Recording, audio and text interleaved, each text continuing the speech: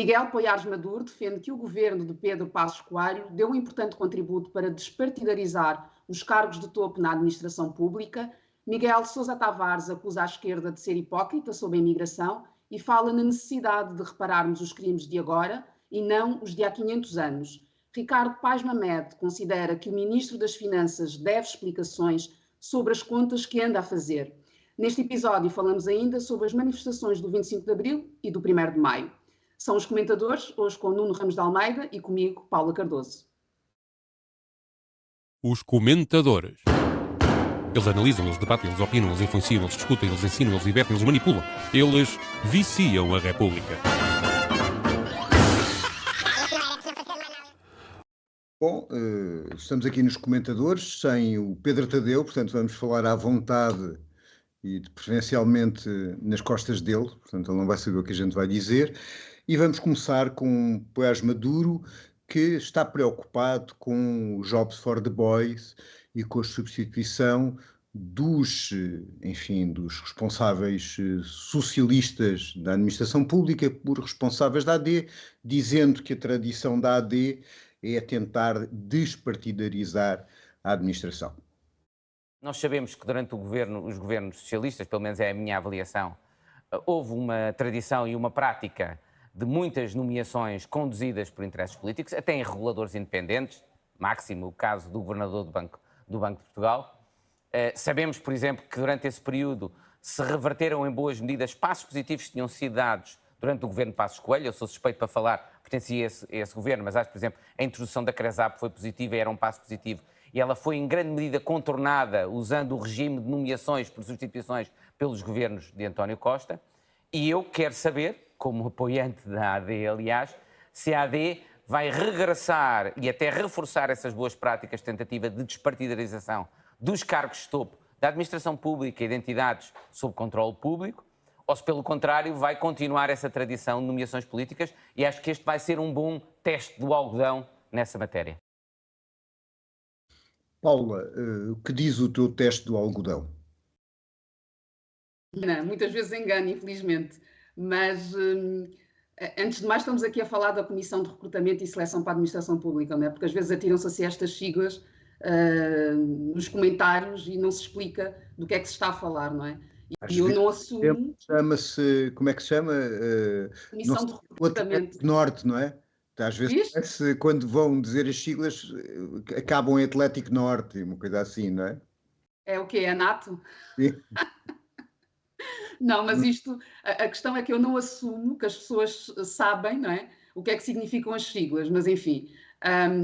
E mesmo conhecendo o que significa esta sigla, não é? É dizer, esta não é uma discussão que está no nosso dia-a-dia, não é? A discussão sobre como é que se faz o recrutamento para a administração pública, até porque estamos aqui a falar de cargos de topo, e não há transparência na forma como esta entidade gere aquele que é o seu cotidiano. E é um facto que a CRESAP, não é, surgiu no governo de Pedro Passos Coelho, com esta finalidade, não é, que se traz aqui, que é de despartidarizar, mas entre essa vontade e aquilo que temos na realidade há uma grande diferença, não é? E eu, enfim, tive essa curiosidade de ver o que é que está previsto em termos de composição da CRESAP, não é? E depois a questão é que a prática tem tudo menos esta vontade, ou não vai ao encontro desta vontade que foi manifestada na criação desta instituição. Porque o processo inicia-se com o governo a desenhar o perfil do candidato que deseja para o cargo, portanto, logo aqui há bastante possibilidade de enviesar o processo, porque em muitos casos o que se diz é que só falta colocar a fotografia. Depois a CRESAP seleciona, portanto, a partir desta indicação do governo, vai selecionar aqueles que são os mais indicados e depois apresentar uma shortlist com 3 nomes, cabendo ao governo e depois ter a palavra final. Portanto, eu não vejo, ou melhor, eu vejo aqui neste processo múltiplas possibilidades de contaminação e de falta de transparência. Portanto, não percebo como é que isto é apontado como uma grande medida que permite esta despartidarização, e dizendo-se aqui que nesta fase, ou na fase do PS, não é, do governo PS, que houve aqui uma série de retrocessos. Quando foi no governo de Pedro Passos Coelho, também, portanto, isto não é algo que é imputável apenas aos socialistas, houve uma série de concursos públicos que foram impugnados, nomeadamente na questão da Agência do Ambiente e do Instituto de Conservação da Natureza, em que os candidatos queixaram-se, porque disseram justamente que os concursos foram feitos à medida de certos candidatos. Tivemos, inclusivamente, pessoas que estiveram nessa corrida e que, quando quando solicitaram informação para perceber em que é que se baseava a sua avaliação e porque é que foram escolhidas, esses dados não foram disponibilizados. Portanto, isto foi no governo de Pedro Passos Coelho, não foi depois no PS. Claro que, enfim, o governo do PS teve uma série de nomeações em regime de substituição, que é algo que deveria estar a ser refletido de uma forma mais profunda nas declarações de Poiares Maduro, porque este é um grande problema neste sistema, porque este regime de substituição permite que o governo, antes de abrir o concurso, nomeie pessoas para ocuparem os cargos durante um período que não deveria ser superior, segundo aquilo que a lei prevê, não deveria ser superior a 90 dias. Mas o que acontece não é isso. Aliás, a anterior presidente, quando esteve a apresentar o balanço da atividade no Parlamento, referiu exatamente isso, que tinha uma série de exemplos de gestores que estavam nesse regime a 2, 3, 4 e mais anos. Portanto, e ela até referia que essa situação não só ia contra a lei, que tem esta tal previsão de 90 dias no máximo neste regime, como e depois estas pessoas que obviamente se vão eternizando naquela... Uma vez iniciado o processo do concurso público, estão numa vantagem que é, enfim, é indiscutível. É indiscutível. Enfim, portanto, isto para dizer que esta fantasia, não é, em relação à CRESAP, na prática, não existe. E depois há outro dado que eu coloco, só para terminar, sobre esta questão da transparência que tem sido defendida como sendo um benefício da CRESAP, o facto de não solicitou ao governo, portanto PS, os dados sobre quantos gestores de topo na administração pública estavam em regime de substituição. O governo respondeu, isto é uma notícia da agência Lusa, que não existiam dados atualizados. Portanto, isto foi no ano passado. E houve, no ano passado, quando se referiu que não há dados atualizados, uma espécie de compromisso para se rever o estatuto, a lei que enquadra o estatuto de contratação destes altos cargos da administração pública. Isto foi no ano passado. Este ano, enfim, temos um novo governo. Portanto, esta promessa que ficou na gaveta, vamos perceber até que ponto é que há algo que era importante no ano passado para o PSD, enquanto oposição, vai ter espaço naquela que é a sua agenda de governação para este ano. Portanto, tenho essa curiosidade de observar. Portanto, para mim, o meu teste do algodão não é perceber quem é que vai ser nomeado em substituição da Ana Jorge, por exemplo, mas é perceber até que ponto é que aquelas críticas que foram apontadas no ano passado vão ter algum tipo de efeito numa remodelação daquela que é a prática, o modo de funcionamento da CRESAP. E não me parece que isto esteja, pelo menos, em perspectiva. Bom, eu tenho pouco para dizer depois de uma intervenção tão articulada como a tua, mas tenho Fui pesquisar. Sim, tenho algumas dúvidas. Primeiro, a dúvida de quem é que CRESAPa a CRESAP, isto é, quais são os critérios de nomeação da CRESAP, ou se esses critérios também passam por uma CRESAP, não é? Depois, de facto, se esta CRESAP não é uma forma, embora apareça envolta num propósito nobre, que é, eventualmente, despartidarizar os cargos da administração pública, não é uma forma de normalizar essa escolha, porque se nós podemos, aí tu já falaste disso, nós podemos fazer, um governo pode fazer um critério tão apertado que coincida quase com a fotografia de uma pessoa. Portanto, o que acontece é que o processo parece um processo apartidário e o resultado é partidário.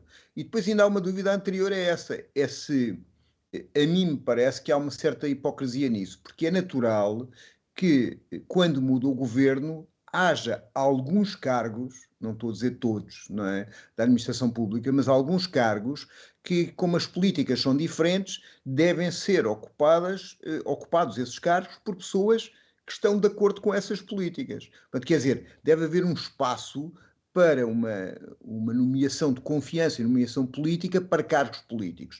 Para aqueles que não são políticos, sim senhora, acho que tem que haver um critério que não seja alimentar as clientelas partidárias, mas escolher as pessoas mais competentes. Em relação ao presente, o que me parece é que neste momento o que nós assistimos, antes da escolha dos novos titulares, embora já tenham havido escolha, no caso do diretor-geral da PSP, o que nós assistimos é uma espécie de manobra política, que é a responsabilização das anteriores equipas e do Partido Socialista por todos os males do mundo, sejam eles do ponto de vista daquilo que fizeram, das contas que nós vamos falar a seguir, como também acerca da prática das pessoas individualmente consideradas. E a forma como se está a fazer isso parece-me pouco honesta, não é? Quando a Ministra do Trabalho vem dizer que a direção da Santa Casa, portanto, se beneficiou em causa própria, portanto, assumiu decisões que a beneficiavam a ela, e depois a atual provedora, que está demitida, mas que tem que lá ficar, Ana Jorge diz: nós não legislamos nem decidimos os nossos ordenados, eles estão no Estatuto do Gestor Público. Há aqui uma vontade de culpabilizar que não corresponde à realidade e que tem como consequência, no fundo, enfim, a degradação da ideia dos próprios serviços e de instituições que o governo devia, ou qualquer governo devia, proteger. Portanto, quer dizer, tem que haver um critério mais objetivo e que não passe por este tipo de pequenas guerrilhas. Depois também vejo com preocupação, quando me dizem, ou quando leio no Expresso, que uma das razões que levou à saída do anterior diretor-geral da PSP era o facto de ele ser sindicalizado, como se isso fosse um pecado ou fosse proibido. E dizer à provedora da Santa Casa da Misericórdia que a ministra não ficou muito agradada pelo contrato de trabalho dos trabalhadores ter sido negociado com as estruturas dos trabalhadores, mas disso não havia problema, que depois podia fazer ali umas alterações e mandar isso abaixo. Portanto, há aqui um conjunto de coisas que me parecem bastante graves nesta transição. Mais alguma coisa? Nada. Então é ótimo, vamos passar ao Miguel Sousa Tavares, que vai falar sobre a questão dos incidentes, ou do atentado, ou das agressões que foram sujeitos os imigrantes de origem marroquina e um luso-venezuelano no Porto, e sobre a questão das verdadeiras reparações. Também, Zé Alberto, há uma grande hipocrisia da esquerda, porque isto de dizer Portugal é um país aberto e venham quem quiser, e nós recebemos todos de braços abertos, é uma grande hipocrisia. Nós não vale a pena dizer que somos um país de braços abertos quando depois não recebemos de braços abertos. Quando continuamos a ter a situação que temos nas escovas do Alentejo, em Odmira e não só, quando temos um prédio em Lisboa onde eles ardem o prédio e morrem 2 lá dentro porque estavam lá 40 e deviam estar 12, quando vivem em contentores, quando não têm nenhum direitos sociais nem laborais, e quando tudo isto é coberto pelos partidos de esquerda, silenciado pelos sindicatos de esquerda, pelos governos e pelo mesmo Presidente da República, que dizia que não cumpriria segundo mandato se houvesse ainda sem-abrigos nas ruas. Portanto, há aqui uma grande hipocrisia. E o que eu acho extraordinário é que numa semana em que se discute se nós devemos reparar os crimes que fizemos há 500 anos, e fizemos-los, quando já nem as vítimas estão vivas, nem os carrascos, eu acho é que nós nos devíamos concentrar nestes crimes de hoje, sobre aqueles que são diferentes de nós, e evitar que eles aconteçam, porque desses somos responsáveis nós. Agora que estamos vivos, esta geração, dos de há 500 anos não somos. Há uma hipocrisia de esquerda, Paula? Não, o que há é o Miguel Sousa Tavares de alguma forma a ignorar uma série de iniciativas que têm surgido à esquerda justamente para denunciar as condições de trabalho, as condições de vida das pessoas migrantes que chegam a Portugal. Mas antes, portanto, este comentário de Miguel Sousa Tavares começa com o que nós não vimos aqui, mas que, enfim, está disponível e é facilmente está facilmente acessível, em que se fala do caso, não é, que estavas aqui a trazer, que aconteceu no Porto, das agressões, enfim, e eu começo por saudar o facto de Miguel Sousa Tavares ter reconhecido a existência de racismo nesse caso, não é? Trazendo aqui uma linha de raciocínio que eu entendo que deve ser utilizada em muitas destas situações, que é a questão do, quer dizer, passa pela ideia de se alguém imagina que um crime desta natureza, mesmo que tivesse sido essa a razão para o ataque, que de facto estivéssemos aqui a falar de um grupo de criminosos, que não é a situação sequer, mas mesmo que fosse essa circunstância, se alguém vê isso acontecer quando essas acusações recaem sobre pessoas brancas, não é? Portanto, naturalmente é preciso reconhecer que há aqui a questão da cor da pele, apesar naquela que foi a mobilização de violência que aqui se observou. Mas enfim, e porquê é que eu assinalo isto? Porque, infelizmente, nas reações que aconteceram neste caso, e que eu esperaria que houvesse aqui uma unanimidade nacional na condenação, é inacreditável como é que surgem alegações para desculpar esta intervenção, não é? Este ataque, como se ele pudesse ser de alguma forma, sobre alguma ótica, justificado. Enfim, mas isto foi uma parte, antes de vermos esta parte da intervenção de Miguel Sousa Tavares, com esta ideia de que a esquerda não defende os direitos dos imigrantes. Primeiro, a esquerda, esta ideia de que a esquerda diz que Portugal é um país de braços abertos para acolher as pessoas migrantes, o Miguel Sousa Tavares parece que está aqui a dizer que a esquerda está a criar uma realidade, não é? Que a esquerda está a dizer que este é o facto em Portugal, portanto, Portugal é um país profundamente acolhedor, quando o que a esquerda diz quando o que a esquerda defende é o direito das pessoas migrantes, aquilo que eu dizia, não é? O direito à habitação, o direito à educação dos seus filhos, enfim, uma série de direitos que todos nós temos e que devemos defender para todas as pessoas que estão neste mundo. Dizer que o país deve acolher pessoas migrantes não é sinónimo de ignorar as condições em que elas estão. Portanto, e é preciso perceber aqui que vou falar das situações que eu considero que são as mais expressivas, naquela que é a oposição a esta lógica extrativista sobre os corpos migrantes, que foram posições não só do Bloco de Esquerda, como do PCP ao longo dos últimos anos, não é? Em que, publicamente, pessoas desses dois partidos, portanto, a tal esquerda que Miguel Sousa Tavares, enfim, mas que já falou sobre, recordo-me, por exemplo, de Catarina Martins, quando em 2019 foi visitar umas estufas em Odmira e que falou deste problema gigantesco que estava aqui em mãos, não é? De guetos, falou inclusivamente de guetos, falou sobre o facto desta exploração se ter transformado também em modelo de negócio. Beatriz Gomes Dias, também do Bloco, no próprio Parlamento, na Assembleia da República, trouxe essa questão, falando justamente de que a questão de Odmira é a ponta do iceberg e que nós devíamos estar a pensar nisso, nesta questão do lucro imediato a qualquer custo. E antes disso ainda, o PCP tinha questionado todas essas práticas, questionou especificamente o governo de Pedro Passos Coelho e de Paulo Portas, na altura, sobre as condições de trabalho dos trabalhadores, portanto, estamos aqui a falar de trabalhadores agrícolas, no distrito de Beja, portanto, isto já é de 2012, portanto, como é que temos agora Miguel Sousa Tavares a dizer que isto não está sequer na agenda, que estão silenciados e que não estão a fazer nada.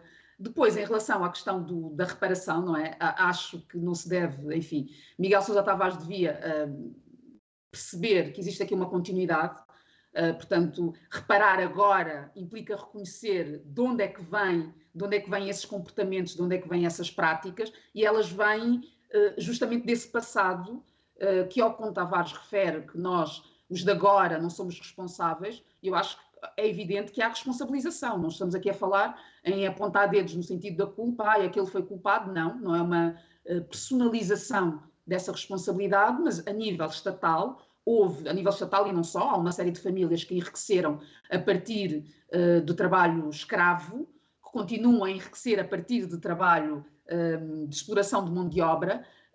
Portanto, é fundamental que isso se reconheça. Eu até tenho aqui, trago declarações de outro português, portanto, de António Guterres, que no ano passado, enfim, se pronunciou sobre justamente esta ligação entre o passado e o presente, em que ele diz o seguinte, diz que o legado do comércio transatlântico de escravos persegue-nos até aos dias de hoje. Podemos traçar uma linha reta desde a era da exploração colonial até as desigualdades sociais e económicas de hoje. As cicatrizes da escravatura ainda são visíveis nas persistentes disparidades de riqueza, rendimentos, saúde, educação e oportunidades. E depois António Guterres acrescenta que deveríamos aprender, não é? E a história da escravatura, que este é um dos problemas deste distanciamento, é que as pessoas, nós em concreto a escravatura, e na escola deveríamos estar a aprender, para, em vez de termos estes discursos de que ficou lá há 500 anos, percebemos que impacto é que tem ainda hoje. E depois, portanto, o António Guterres, nessa altura, falou inclusivamente no racismo, portanto, nesse legado. Miguel Sousa Tavares teria muito a aprender se dedicasse a ler sobre o que tantas pessoas, nos últimos anos, têm produzido sobre esta temática. E de facto, a perceber, finalmente, até porque, enfim, tem um amplo espaço mediático e poderia utilizá-lo para trazer alguma consciência sobre o assunto, deveria perceber que se hoje estamos a falar sobre racismo, se hoje observarmos estes ataques, eles têm essa raiz de desumanização, que depois, ao longo daquela que foi a evolução histórica, nunca foi sequer reconhecida. Enfim, esta responsabilidade de hoje é uma responsabilidade que começou há 500 anos. Ok, isto é ótimo, porque sempre que tu falas eu fico um pouco para dizer, mas vou dizer 2 ou 3 coisas. A primeira então tens de começar tu. Não vou começar, vou aproveitar este balanço, que estamos no sábado de manhã e, portanto, esse balanço agrada-me. A primeira coisa a dizer é que existe uma hipocrisia generalizada, sobretudo nos poderosos. Quando nós verificamos que a AIMA pede até 400 euros a 400 mil imigrantes para entrarem num processo de legalização, nós percebemos que o sistema tem uma dupla face. O sistema aposta na imigração clandestina e na imigração que não tem nenhuma possibilidade de legalização. Os imigrantes não estão a mais, porque há trabalhos e há necessidades económicas da sociedade que levam à imigração, mas aquilo que foi decidido por aquilo que são os poderosos na realidade é que essa imigração seja, sobretudo, clandestina, porque é uma imigração que é feita sem direitos, nem sociais, nem económicos, nem políticos, que tem o efeito na sociedade de ter baixos salários e pressionar também os outros salários. Portanto, há aqui um interesse evidente em que as questões da imigração não se resolvam. E, para além disso, há um interesse político, porque essa imigração com mais condições, essa imigração clandestina, pois cria uma ideia na sociedade que é alimentada por esta parafernália comunicacional e pela extrema-direita, que os problemas que existem, a miséria que é visível, é culpa dos imigrantes e, portanto, alimenta um poder político que vai ser mais restritivo para a imigração e a sua legalização e tornar ainda mais imigrantes clandestinos. Porque a imigração não vai deixar de existir, porque enquanto houver trabalho e enquanto houver gente que tem necessidade de emigrar, ela não vai deixar de existir. Mas a única solução, que era uma solução politicamente aceitável, que era uma solução de esquerda, é que todos os imigrantes que cá vivem, que cá trabalham, tivessem direitos sociais, económicos e políticos iguais a qualquer outro cidadão. E de modo assim a terem, do ponto de vista de salários, outros salários, esses salários não pressionarem a economia para cima e não para baixo, e simultaneamente terem uma voz ativa na definição das políticas do país onde vivem e onde trabalham. E é isto que o sistema, e não a esquerda, não quer, porque lhe é agradável este esquema, que tem obviamente mortos colaterais aos milhares no Mediterrâneo, tem gente que vive miseravelmente e que tem que acampar ao pé das igrejas, tem pessoas que vivem em contentores e vivem em quartos com 10 ou 15 pessoas. Este é a face que lhes interessa, que é a face dos baixos salários, das pessoas sem direitos, sem possibilidade de falarem, sem possibilidade de decidirem na sociedade onde vivem. E tornou-se a imigração uma arma de arremesso para, por um lado, para a manutenção de um capitalismo de escravidão e, por outro lado, a manutenção da direita no poder. Porque há um ataque e há um uso da imigração como arma de arremesso, com teorias imbecis da grande substituição. Quer dizer, nós vamos ver, por exemplo, agora a Catalunha tem eleições nestes dias, e a percepção dos catalães sobre o número de imigrantes que lá vivem é 34%. Mais de 34% numa sondagem. Ora, vivem 17% de imigrantes na Catalunha. E, portanto, há N partidos, até agora, até há partidos que dizem que vêm da esquerda, que fazem uma afirmação contra uma imigração desregregada, contra uma imigração que está a ocupar as coisas, etc., etc., quando isso é, obviamente, tudo mentira. Quer dizer, aquilo que era necessário era, de facto, as pessoas terem direitos sociais e políticos e, do ponto de vista da economia, não serem permitidos trabalhos que são muito próximos da escravidão. E esta é a questão que ninguém está a ver. E ninguém está a ver, e só isso permite que haja 400 mil pessoas que estão por legalizar fora as outras pessoas. E depois tem ainda um acréscimo, que é deixarem passar nas entrelinhas, quando condenam, e a Paula falou disso, os acontecimentos do Porto, responsabilizarem os imigrantes pela violência, como se isso fosse desculpa. Há sempre um mas que justifica um determinado tipo de ação. E isso é intolerável. Não sei se tens mais alguma coisa a dizer. Não, eu estava a ouvir e estava-me a lembrar, por exemplo, de um tio meu, portanto, moçambicano, que tentou a determinar esta altura da dificuldade que existe em fazer as coisas, digamos que by the book, justamente, e depois criando aqui estas manobras de ir pelas ilegalidades, e recordo-me perfeitamente dele, depois na altura, contactou uma advogada para perceber quais é que eram os requisitos para poder trazer uma série de trabalhadores de Moçambique para algumas áreas, sobretudo no centro do país, onde ele tem uma série de contactos e há reconhecidamente uma necessidade de mão de obra. E do primeiro contacto surgiram umas contas, não é, feitas pela advogada, que totalizavam os 2 milhões de euros. E eu vi o e-mail de ficção. Portanto, legalmente, tu trazeres trabalhadores para cá implica um encargo à cabeça que está contabilizado, tendo em conta a possibilidade de um eventual repatriamento, portanto, de não cumprimento das condições e tudo mais. E tendo em conta esses requisitos, há um mínimo de investimento, portanto, ele não conseguiria ter como encargo algo inferior a 2 milhões de euros. E isto aqui, pronto. É uma ajuda para nunca ser legal, para ser sempre ilegal, não é? Precisamente. Não, e depois há agora só uma nota final, quer dizer, esta discussão de acabar com a AIMA e passar novamente ao Serviço de Estrangeiros e Fronteiras, este tipo de responsabilidades, é mais uma vez um passo no lugar errado, porque o colocar a imigração sobre uma alçada de uma polícia é, no fundo, criminalizar o problema da imigração. A única das coisas de jeito que na decisão anterior é que a gestão e o trabalho com a imigração era feito por uma entidade que não era policial. E, portanto, são pessoas, são cidadãos, são gente que tem que ser tratada como pessoas e não como criminosos. E há o regresso ao Serviço de Estrangeiros e Fronteiras, que tem estatuto de polícia, seria, mais uma vez, criminalizar a imigração e, mais uma vez, pressionar para que apenas exista clandestinidade. Porque a clandestinidade, a precariedade, a impossibilidade de se legalizarem é uma forma de aceitarem qualquer condição de vida e qualquer condição de trabalho. E, portanto, há obviamente que se discutir estas questões. A ideia que há uma imigração em Portugal fácil e aberta é mentira. A prova é que há 400 mil pessoas por legalizar.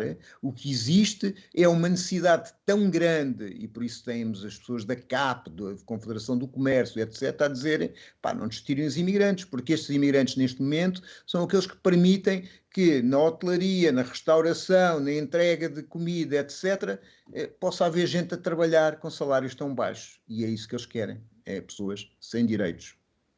Passamos ao Paz Mamed? Bora.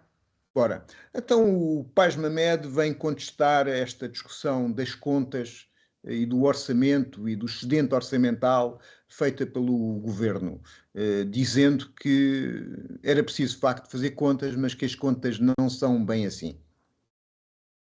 Terminar. Pior ainda, o Ministério das Finanças apresentou um programa de estabilidade a 15 de abril.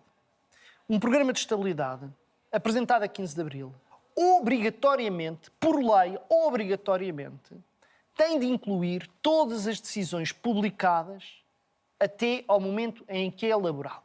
A estimativa que é feita. Os serviços do Ministério têm de prever isto. Portanto, quando o Ministério das Finanças diz o saldo já não vai ser 0,7, vai ser 0,3, o que nós temos de assumir é que tudo o que foram decisões anteriores, nomeadamente todas as que nesse momento já eram todas conhecidas e todas publicadas do governo anterior, tinham de ser consideradas nas estimativas do Ministério, porque é o próprio Ministério que as faz. E, portanto, o Ministro das Finanças tem de nos explicar como é que a 15 de abril faz um programa de estabilidade com uma nova estimativa do déficit e agora, a 5 de maio, ou 6 de maio, ou 7 de maio, nos vem dizer que eu estou completamente surpreendido. Quer dizer, nada disto bate certo. E o Ministro das Finanças, para nos convencer, e eu gostaria de ser convencido, eu gostaria de saber o que é que se passa, efetivamente. Agora, os dados que ele me está a dar, e eu depois, mais adiante, vou dizer mais uns quantos, que é para não ocupar mais tempo, só criam confusão, não estão a criar nenhuma transparência. E, portanto, eu acho mesmo importante que o Ministro das Finanças vá ao Parlamento explicar o que anda a dizer. Bom, aparentemente aquilo que Ricardo Paz Mamed está a dizer é que este expediente do Ministro das Finanças tem menos a ver com o desconhecimento das contas, porque elas são conhecidas há muito, e mais a ver com a criação de uma ideia de que o governo anterior fez tudo mal na parte final e que hoje não existe dinheiro para cumprir as promessas eleitorais. Na realidade, aquilo que é incompatível não são as contas que deixou o anterior governo, mas de facto aquilo que parece incompatível são as promessas eleitorais com a realidade económica existente. Não é por acaso que a AD, no seu programa económico, tinha uma previsão de crescimento no final da década que atingia cerca dos 4%, isto é, com um cenário macroeconómico dessa magnitude, cabiam muitas promessas eleitorais. Mas, na realidade, quando a economia cresce a 1,6 pontos percentuais, 1,6%, é complicado fazer essas promessas e, portanto, é uma forma de condicionar e de inverter aquilo que se escreveu. Paz Mamed, nesta intervenção mais longa no programa, dá exemplos muito claros. Por exemplo, uma das primeiras intervenções do ministro Miranda Sarmento foi a questão de como é que era possível que o Banco de Portugal tivesse aquele déficit, quão surpreendido ele estava. Acontece que o déficit do Banco de Portugal já se sabia no ano passado. E há muitas destas contas que já se sabiam. E aquilo que afirma Paz Mamed, e é bastante claro, é que quando o governo apresenta a 15 de abril um cenário de estabilidade, ele já incorpora as contas todas.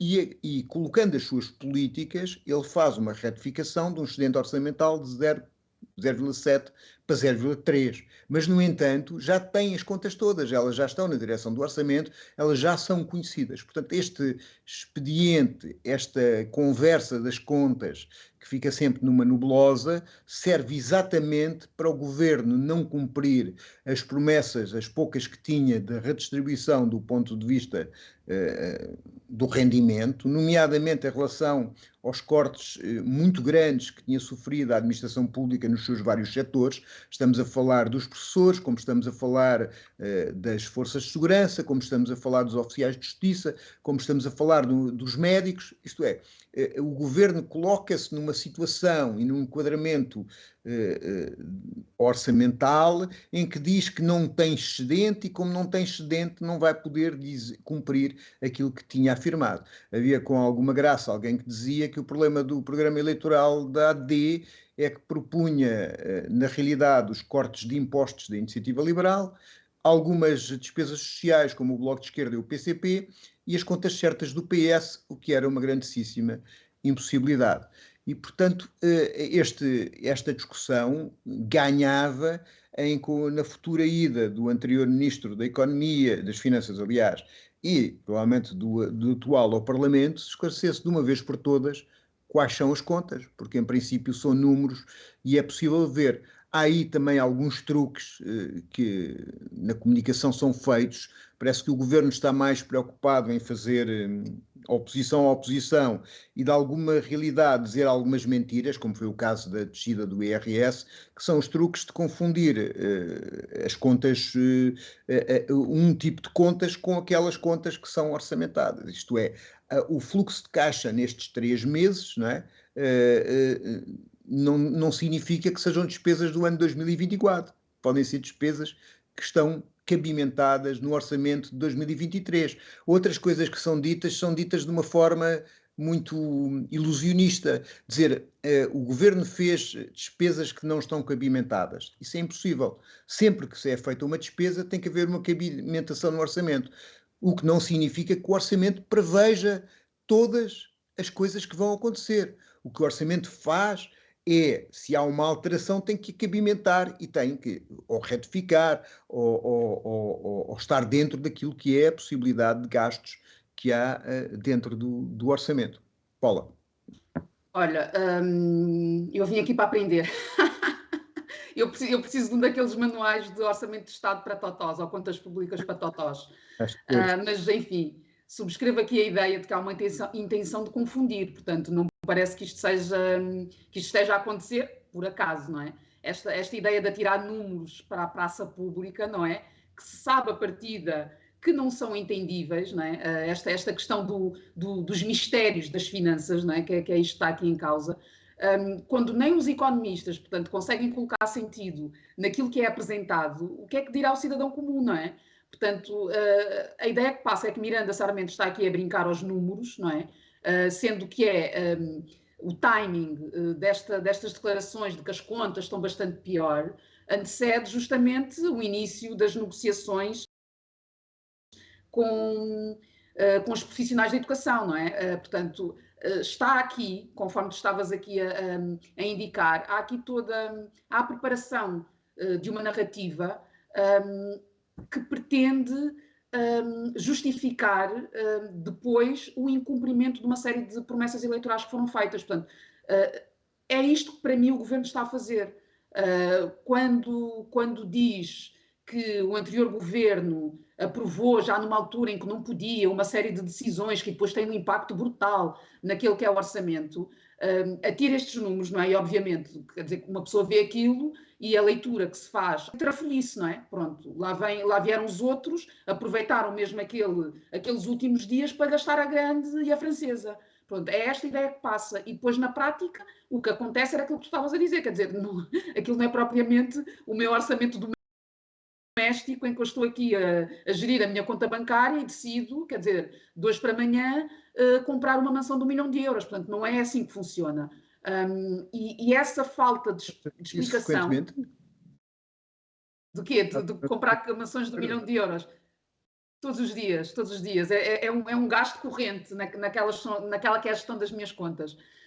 Mas esta distorção da gestão das contas públicas acho que é profundamente irresponsável, porque se já temos problemas de literacia a vários níveis, esta situação ainda os acentua. E eu concordo, não é? Eu gostaria de ver esta conversa acontecer no Parlamento, para que de facto se perceba de uma forma muito concreta que existe esta intenção de construir a tal narrativa para não cumprir aquilo que foi prometido, e depois, enfim, está-se aqui também a demonstrar uma enorme incompetência, por quais é que foram então as contas que foram feitas quando se apresentou o programa de estabilidade, quais é que foram as contas que foram feitas quando se revê o tal excedente, não é?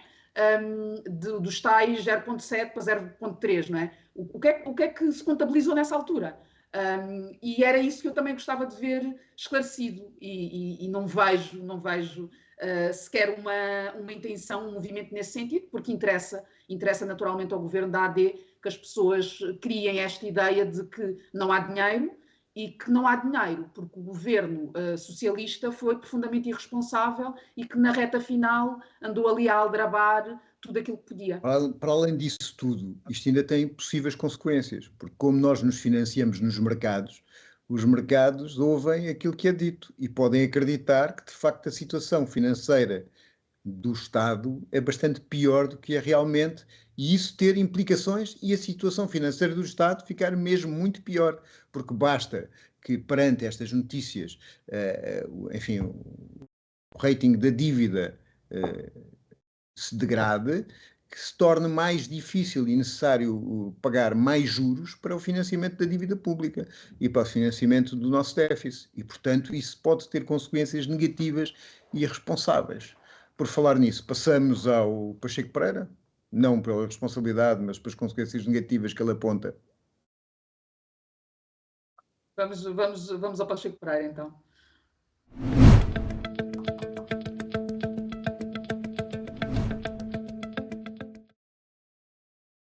Bom, eu não tenho aqui o documento, mas acho que por magia ele vai aparecer, e basicamente o Pacheco Pereira tem um artigo no Público em que faz a comparação da manifestação do 25 de Abril com a manifestação do 1º de Maio e realça que a manifestação do 25 de Abril é uma manifestação que teve uma participação extraordinária, com muitas dezenas de milhares de pessoas, devido à situação das pessoas acharem que a democracia pode estar em causa, e que a manifestação do 1º de Maio é uma manifestação mais limitada, onde os cartazes não são feitas pelas pessoas, as palavras de ordem são repetidas e mostra uma fraqueza e um afunilamento no PCP e do PCP que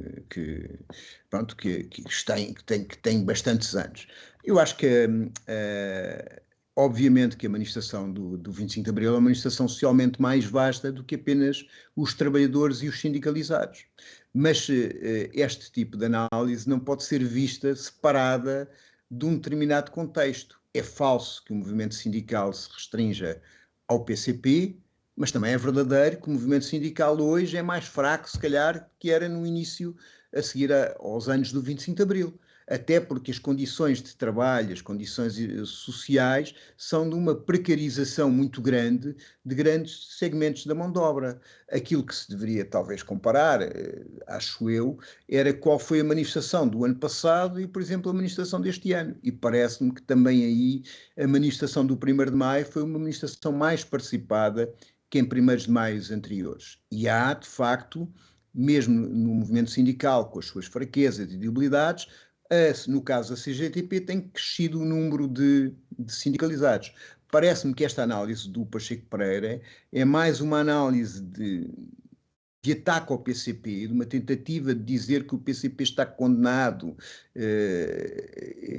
portanto, que não tem expressão, ou tem cada vez uma expressão eleitoral menor e uma expressão social menor, do que uma análise em relação, por um lado, às condições sociais que se têm alterado do ponto de vista do trabalho e dificultado a sindicalização e o sindicalismo, e, por outro lado, uma análise, de facto, da real força do sindicalismo. É verdade que todos os esforços foram feitos ao longo de vários governos, nomeadamente dos governos do PSD, para que o sindicalismo não tivesse nenhuma força. Quando o PSD e o PS mantém o final, a caducidade da contratação coletiva, aquilo que pretendem é que os trabalhadores e os sindicatos não tenham capacidade de discutir os rendimentos e de lutar por rendimentos melhores para quem trabalha, ou tornar mais difícil essa luta. Quando se permite que o patronato persiga sindicalistas, o que está a fazer é que os trabalhadores não tenham essa capacidade organizada de melhorar a sua vida.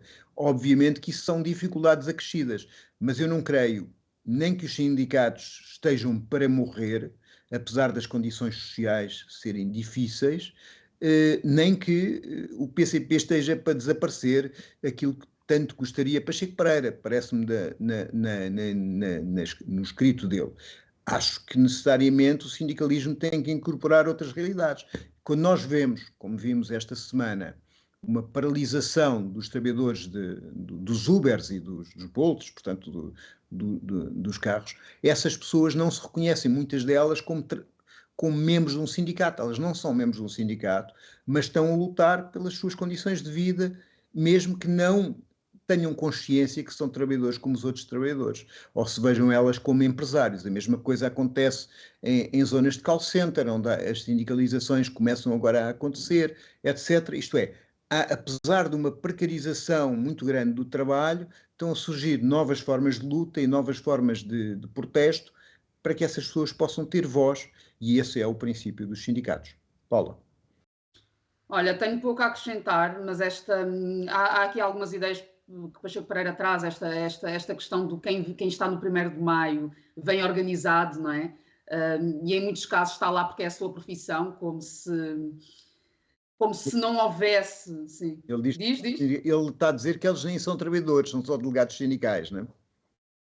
Sim, há aqui uma desvalorização, do meu ponto de vista, daquilo que é o papel dos sindicatos, por um lado, destas pessoas que estão em representação dos sindicatos, e depois esta ideia de organização como se já não tivéssemos trabalhadores que individualmente se juntam ao 1º de Maio e, enfim, que estão lá, embora, enfim, ele também refira que quem está no 1º de Maio, fala aqui em 2 mundos, mas diz que quem esteve no 1º de Maio provavelmente terá estado no 25 de Abril, enfim. Obviamente que são movimentos ou são manifestações com contornos distintos, não é? Ainda para mais no contexto que nós estamos a viver dos 50 anos do 25 de Abril, com a presença de uma força antidemocrática na Assembleia da República, portanto já falamos aqui sobre isso. Esta manifestação em concreto do 25 de Abril foi de facto muito expressiva e concordo com o que tu estás a dizer, acho que era importante fazer-se aqui esta comparação entre anteriores manifestações do 1º de Maio, tentar perceber também aqui qual é que é o impacto das condições de trabalho atualmente para esta maior ou menor mobilização, enfim. Há aqui muitas variáveis e parece-me que esta é uma leitura bastante simplista daquilo que se observa numa e noutra. E depois também, apesar de existir aqui sempre esta narrativa de no final, quando estamos aqui a analisar os argumentos, há sempre aquele olhar para o quão o PCP está moribundo e de como isso explica muita coisa, não é? Mas depois, ao mesmo tempo, Pacheco Pereira reconhece que nessa perda de eleitorado que está aqui a ser trazida, de apoio, enfim, que há uma responsabilidade dos mídia, não é? Portanto, que o PCP pode, de facto, queixar-se de falta de expressão mediática, de silenciamento, daquelas que têm sido as suas iniciativas, mas, ao mesmo tempo, enfim, apesar de fazer esse reparo, e depois conclui, não é? Que há aqui um problema de mobilização da parte do PCP, porque está a perder ao longo dos anos essa influência, e que também, por isso, o 1º de Maio tem esta configuração. Enfim, eu naturalmente não vejo desta forma, portanto, acho que o que explica nestes contextos uma maior ou menor mobilização é justamente as condições que nós temos e esta perseguição que tu também estavas aqui a trazer a quem seja sindicalizado e até, enfim, as lideranças à frente destas estruturas. Só acrescentar uma coisa, Pacheco Pereira mais uma vez fala da posição do PCP sobre a guerra da Ucrânia.